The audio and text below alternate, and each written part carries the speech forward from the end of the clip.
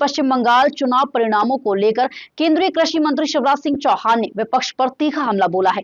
उन्होंने कहा कि पश्चिम बंगाल में मां माटी मानुष के नाम पर जनता के भावनात्मक विश्वास का अपमान किया गया है और राज्यों में घोर जंगल राज जैसी स्थिति बन गई थी, जहां वोट बैंक की राजनीति के चलते घुसपैठ को भी बढ़ावा मिला।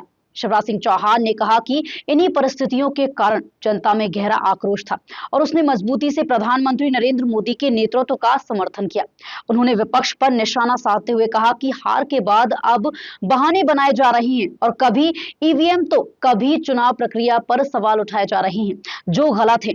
मंत्री ने कहा कि जनता का ये जनादेश दुर्लभ और ऐतिहासिक है, जिसे देश ही नहीं बल्कि पूरी दुनिया देख रही है और बंगाल की जनता ने वास्तव में एक तरह का राजनीतिक चमत्कार कर दिया है। एक कार्यकर्ता के नाते आज मेरा मन भावनाओं से भरा हुआ है। एक संकल्प पूरा हुआ है, एक सपना साकार हुआ है। हमारे प्रधानमंत्री माननीय नरेंद्र मोदी जी के नेतृत्व में आज डॉक्टर श्यामा प्रसाद मुखर्जी, जिन्होंने जनसंघ की स्थापना की थी, उनकी आत्मा गदगद होगी। आज हमारे वो नेता जिन्होंने जनसंघ की नींव रखी थी, मन से प्रसन्न होंगे।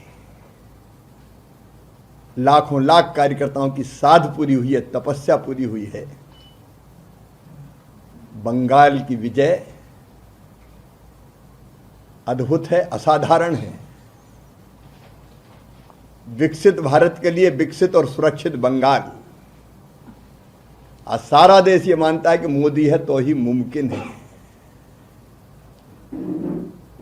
ये मोदी जी के प्रति